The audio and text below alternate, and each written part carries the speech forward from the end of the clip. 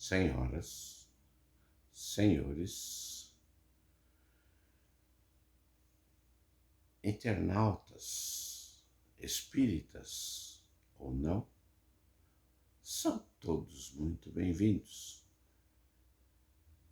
Seja qual for a sua filosofia religiosa, você é muito importante, você é muito bem-vindo a este canal. Nós, mais uma vez, estamos aqui apenas para agradecer. Agradecer a Deus por mais esse dia maravilhoso, por mais desta saúde que estamos tendo. Agradecermos também a oportunidade de estarmos reunidos para lermos uma boa obra. Estamos lendo o Livro dos Espíritos de Allan Kardec. Quero agradecer ao Divino Mestre Jesus pela sua companhia e agradecer aos nossos mentores, nossos amigos espirituais, por cooperar conosco, nos auxiliar na limpeza, na purificação do ambiente, para que nada venha prejudicar esse pequeno trabalho. E agradecer especialmente a você pela sua paciência e pela sua visualização, e principalmente pelos seus comentários, pois através desses comentários é que nós modificamos e aperfeiçoamos esse trabalho. Então, seus comentários é importantíssimo. Como disse, estamos lendo o Livro dos Espíritos de Allan Kardec, o nosso codificador. Por volta de 1857, Allan Kardec reuniu, venerando os espíritos verdadeiros imortais, e fez esta pergunta de número 1001 aos imortais. A pergunta de 1001 é: nenhum mérito haverá em assegurarmos para depois de nossa morte emprego útil aos bens que possuímos? Abre aspas. Os imortais responderam assim: nenhum mérito não é o termo. Isso sempre é melhor do que nada. A desgraça, porém, é que aquele que só depois de morto dá é quase sempre mais egoísta do que o generoso. Quer ter o fruto do bem sem o trabalho de praticá-lo. Duplo proveito tira aquele que em vida se priva de alguma coisa. O mérito do sacrifício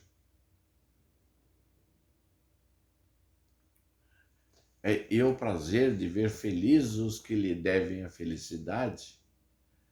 Lá, porém, está o egoísmo a dizer-lhe: o que dás, tiras ao teu gozo.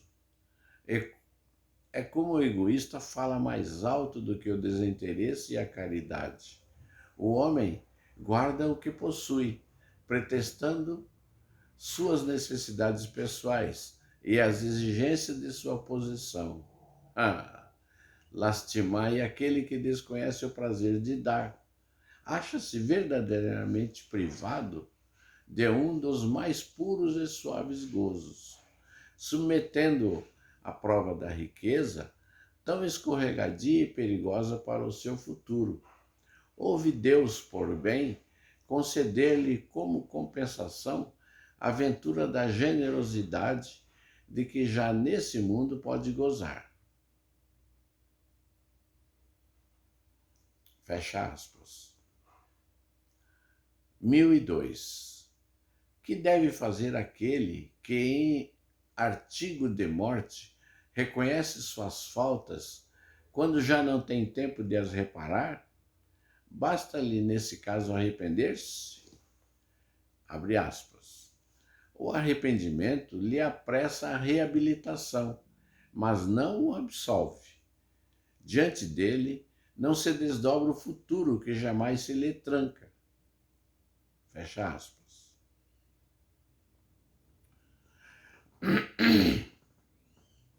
Desculpe. Duração das penas futuras. 1003. É arbitrária ou sujeita a uma lei qualquer a duração dos sofrimentos do culpado na vida futura? Abre aspas. Deus nunca obra caprichosamente, e tudo no universo se rege por leis em que a sua sabedoria e a sua bondade se revelam. Fecha aspas. 1004. Em que se baseia a duração dos sofrimentos do culpado? Abre aspas. No tempo necessário a que se melhore, sendo o estado de sofrimento ou de felicidade proporcionado ao grau de purificação do espírito, a duração e a natureza de seus sofrimentos depende do tempo que ele gaste em melhorar-se. À medida que progride e que os sentimentos se lhe depuram, seus sofrimentos diminuem e mudam de natureza. Fecha aspas. Esse comentário pertence a São Luís, um dos imortais que cooperaram com Allan Kardec no Livro dos Espíritos. 1005. Ao espírito sofredor, o tempo se afigura tão ou menos longo do que quando se estava vivo? Abre aspas. Parece-lhe mais longo. Para ele não existe o sono, só para os espíritos que já chegaram a certo grau de purificação. O tempo, por assim dizer, se apaga diante do infinito. Fecha aspas. 1006. Poderão durar eternamente os sofrimentos do espírito? Abre aspas. Poderia, se ele pudesse ser eternamente mau. Isto é, se jamais se arrependesse e melhorasse, sofreria eternamente. Deus, porém, não criou os seres tendo por destino permanecerem votados perpetuamente ao mal. Apenas os criou a todos simples e ignorantes, tendo todos, no entanto, que progredir em tempo mais ou menos longo, conforme decorrer da vontade de cada um. Mais ou menos tardia pode ser a vontade, do mesmo modo que há crianças mais ou menos precoces. Porém, cedo ou tarde, ela aparece por efeito da irresistível necessidade de que o espírito sente de sair da inferioridade e de se tornar feliz. Eminentemente sábia e magnânima é, pois, a lei que rege a duração das penas, porquanto subordina essa duração ao esforço do espírito, jamais o priva do seu livre-arbítrio. Se deste faz ele mau uso, sofre as consequências. Fecha aspas. É de autoria de São Luís, mais essa mensagem. 1007. Haverá espíritos que nunca se arrependem? Abre aspas. Há os de arrependimento muito tardio. Porém, pretender-se que nunca se melhorarão, fora negar a lei do progresso e dizer que a criança não pode tornar-se um homem. Fecha aspas. São Luís. 1008. Depende sempre da vontade do espírito a duração das penas?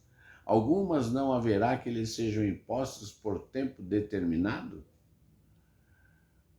Abre aspas. Sim, ao espírito podem ser impostas penas por determinado tempo, mas Deus, que só quer o bem das suas criaturas, acolhe sempre o arrependimento e infrutífero jamais fica o desejo que o espírito manifesta de se melhorar.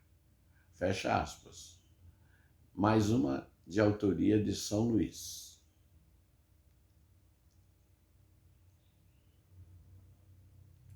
A questão de número 1009,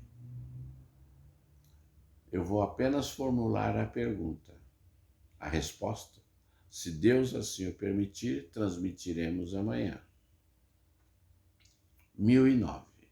Assim, as penas impostas jamais o são por toda a eternidade? Caso você tenha ficado curioso, é muito simples resolver essa questão. Basta apenas baixar em PDF o Livro dos Espíritos de Allan Kardec. É gratuito, você não vai gastar nada. E o aplicativo é muito pequeno e não vai tomar muito espaço no seu celular, no seu tablet ou no seu computador.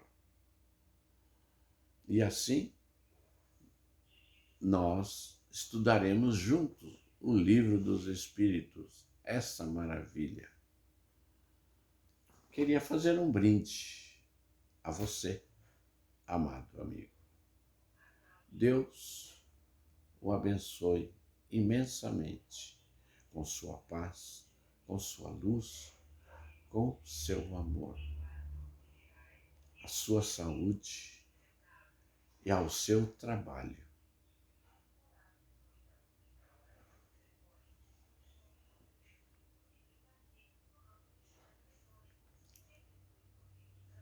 Fique com Deus. Escolha sempre a companhia do Pai Criador. Mais uma coisinha.